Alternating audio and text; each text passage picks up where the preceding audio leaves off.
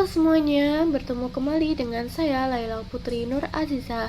Oke, hari ini kita akan mulai membahas tentang jenis-jenis jurnal khusus yang digunakan dalam perusahaan dagang. Nah, kita akan belajar dengan santai tetapi juga tetap lengkap dan jelas. Oke, nah secara umum perusahaan dagang itu memiliki 4 jenis jurnal khusus, yaitu jurnal pembelian, jurnal penjualan, jurnal penerimaan kas, dan jurnal pengeluaran kas. Nah, meskipun demikian, ada beberapa transaksi yang tidak dapat dicatat dalam keempat jurnal tersebut. Oleh karena itu, diperlukan jurnal umum atau jurnal memorial untuk mencatat transaksi tertentu seperti transaksi retur pembelian maupun retur penjualan. Oke, langsung saja. Yang pertama jenis jurnal yaitu jurnal pembelian. Nah, jurnal ini digunakan untuk mencatat pembelian barang dagang dan pembelian aset lainnya secara kredit. Contohnya beli barang dagang dari pemasok secara kredit, beli perlengkapan toko secara kredit, atau beli peralatan kerja dengan pembayaran nanti. Nah, kenapa dicatat dalam jurnal khusus ini? Karena dalam perusahaan dagang, transaksi pembelian kredit ini sering terjadi. Dengan dipisahkan ke jurnal pembelian, perusahaan bisa melihat total pembelian kredit dalam satu periode dengan cepat tanpa harus mencari satu persatu. Nah, format jurnal ini biasanya memuat tanggal, nomor faktur, nama pemasok, syarat pembayaran, dan nilai pembelian yang akan menambah utang dagang perusahaan.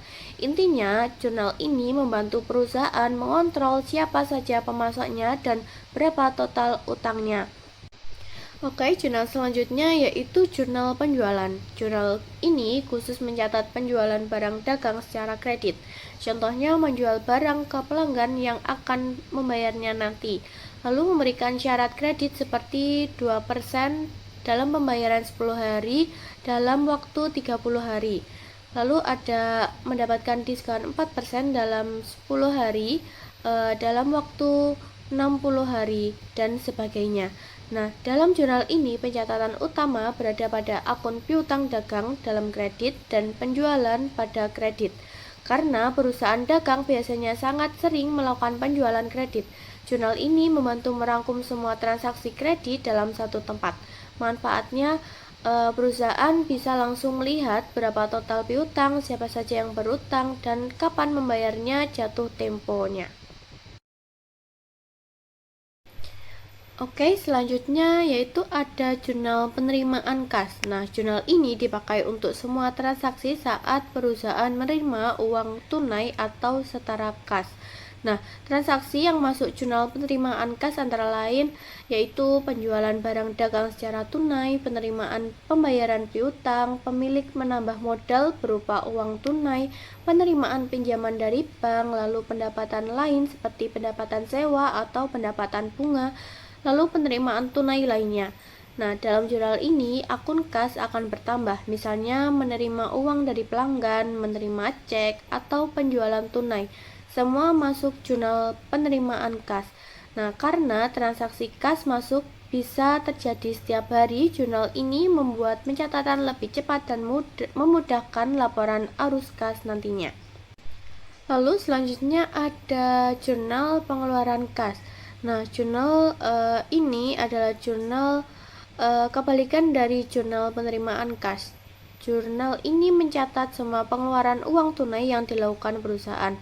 Transaksi yang termasuk di dalamnya adalah pembelian barang dagang secara tunai, pembayaran utang, pembelian perlengkapan atau peralatan secara tunai, lalu pembayaran beban seperti listrik, gaji, telepon, lalu pengeluaran pemilik, lalu ada biaya angkut pembelian, ada pengeluaran tunai lainnya.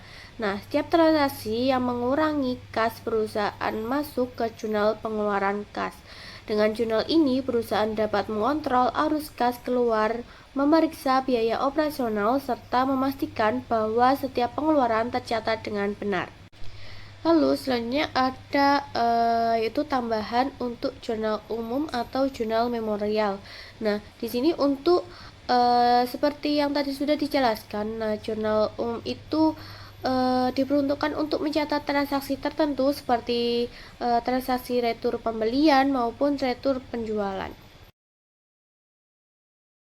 Oke, nah itu dia penjelasan lengkap tentang 4 jenis jurnal khusus pada perusahaan dagang. Nah, jurnal pembelian, jurnal penjualan, jurnal penerimaan kas, dan jurnal pengeluaran kas. Lalu ada tambahan satu lagi yaitu jurnal umum. Nah, dengan memahami jenis-jenis jurnal ini, kalian bisa melihat bagaimana perusahaan dagang mengelompokkan transaksi agar lebih rapi, cepat diproses, dan mudah diperiksa. Nah, sekarang saya ingin mendengar pendapat kalian, mengetahui pendapat kalian. Menurut kalian, dari keempat jurnal khusus ini, jurnal mana yang paling sering digunakan dalam perusahaan dagang?